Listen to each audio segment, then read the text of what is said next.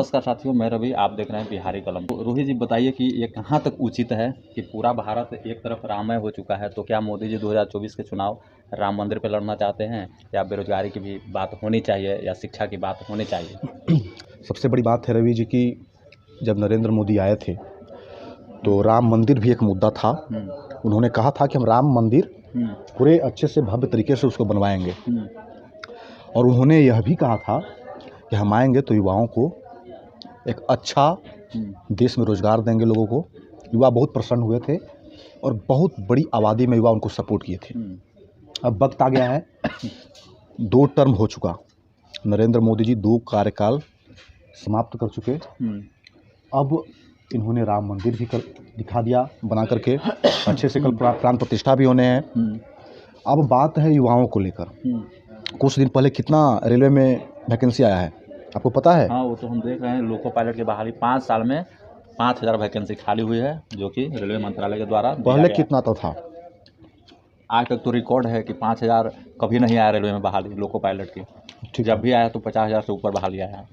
तो ये प्रश्न है, नरेंद्र मोदी जी जब आप आए थे युवाओं को लेकर के 2 करोड़ हर वर्ष आप रोजगार देने की बात कहे थे, लेकिन राम मंदिर हिंदू बहुल देश है तो हिंदुओं की बात होनी चाहिए। उनकी नहीं, एक मिनट, उनके आस्था से जुड़ी राम मंदिर बनना चाहिए, इस पर कहीं कोई दिक्कत नहीं है, भव्य तरीके से बनना चाहिए। लेकिन प्रश्न उठता है कि केवल राम मंदिर ही प्राइमरी और सेकेंडरी? आप जो बोल रहे थे बताइए। देखिए, सबसे बड़ा चीज़ है कि राम मंदिर पर जिस तरह से मोदी जी चुनाव लड़ना चाह रहे हैं, मतलब 2024 में उद्घाटन करने का सबसे बड़ा मकसद तो ये भी एक चीज़ होना चाहिए कि यानी कि आप राम के नाम पर धर्म राजनीति कर रहे हैं, सबसे बड़ा चीज़। तो ये कहाँ तक उचित है, ये बताइए। कोई भी पार्टी है जो बिना काम के एक चीज़ और बताइए, एक चीज़ और। 2019 में जब मोदी जी चुनाव लड़े थे तो वो सिर्फ पुलवामा घटना को लेकर पूरा भारत में दौड़े थे। पुलवामा घटना हुआ, जो सर्जिकल स्ट्राइक, वही विकास बताए थे, उसी पे पूरा भारत उनको वोट दिया था। तो क्या 2024 में भी सिर्फ राम मंदिर लेके ही घूमेंगे, या फिर और कुछ? देखिए, जिस तरह से माहौल बन रहा है, जिस तरह से बातें हो रही है सरकार के द्वारा, जिस तरह से लगातार जो सर्वे हो रहा है, लगातार जो एक्टिविटी है, वो तो भी राम मंदिर पर ही है। और जैसा कि आप कर रहे हैं कि वैकेंसी को लेकर के रेलवे में कितना वैकेंसी आया, तो उस पर तो ठीक है, राम मंदिर पे भी बात होनी चाहिए, राम मंदिर बननी भी चाहिए, हर बात होनी चाहिए जो ज़रूरी है। लेकिन ध्यान देने की बात यह है कि उसके अलावा सरकार दूसरे कामों पे कितना ध्यान दे रही है, रोजगार पे कितना ध्यान दे रही है। आप इस बात को मानते हैं कि रोजगार पे केंद्र सरकार फेल है? बिल्कुल फेल है। आप खुद देखिए, अभी तो क्या 2024 में काम करते हैं ना, क्या 2024 में इसका फायदा मिलेगा युवाओं का? कोई फ़ायदा नहीं मिलने वाला है। आप एक चीज़ बताइए, भारत के सबसे ज़्यादा रोजगार रेलवे और डिफेंस के द्वारा दिया जाता है। सरकारी नौकरी की बात अगर करते हैं आप, तो सबसे ज़्यादा रोजगार किसके द्वारा दिया जाता है? रेलवे के द्वारा, जिसमें 14 लाख कर्मचारी काम करते हैं, सरकारी कर्मचारी। तो आखिरी बार कब वैकेंसी आई? 2019 में।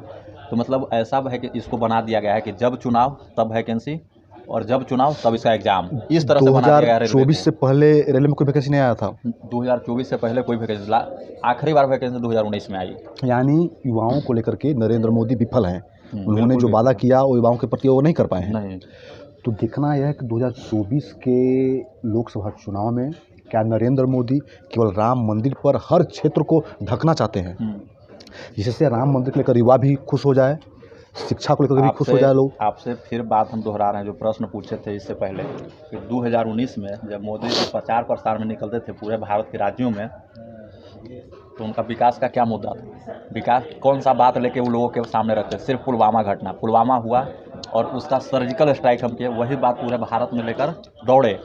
विकास की बात क्या लेकर दौड़ते हैं? आज अगर 2024 में जब वो कैंपेनिंग के लिए निकलते हैं तो कौन सा मुद्दा उनका होगा, कौन सा वो अपना ये चीज़ दिखाएंगे लोगों के बारे में? देखिए, अभी तक तो जो स्थिति है 2024 तक पूरी प्रयास में बीजेपी है कि राम मंदिर पर हम श्रेय लें और पूरा लोकसभा चुनाव फायदा राम मंदिर से मिले। और एक तरफ अभी हम कांग्रेस की बात नहीं करेंगे, क्योंकि अभी आप राम मंदिर की बात किए हैं। राम मंदिर जरूरी है हिंदुओं के लिए और देश में रहने वाले उस हर आस्थावान लोगों के लिए, लेकिन प्रश्न है कि क्या केवल राम मंदिर पर ही देश के हर वर्ग को खुश किया जा सकता है? जैसे कहा है आप युवा वर्ग, तो यह बात सही है कि युवा वर्ग खुश नहीं है। युवाओं को रोजगार चाहिए, उसको रोटी चाहिए, शिक्षा चाहिए, लेकिन जो लोग आस्था रखते हैं, जैसे बुजुर्ग हो गए वो लोग, तो अब प्रश्न है कि क्या राम मंदिर से हटकर भी सरकार बात करेगी?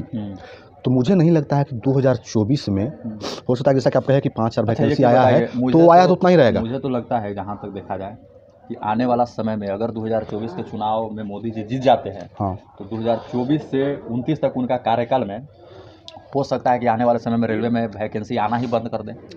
देखिए जिस तरह से वो रेलवे को अभी जो प्राइवेट युवाओं को कंपनी के लेकर के हाथों में अभी दे जो दिया है। वैकेंसी आया हो तो आपके पास रहेगा, चुनाव भी बहुत नज़दीक है, तो अब तो उम्मीद तो नहीं की जा सकती है। अब तो राम मंदिर का भी हो गया, अनुच्छेद 370 भी हट गया, मतलब इन्होंने जो जो मुख्य जो वादाएं की थी वो तो सब समाप्त हो गया, राम मंदिर भी खत्म हो चुका।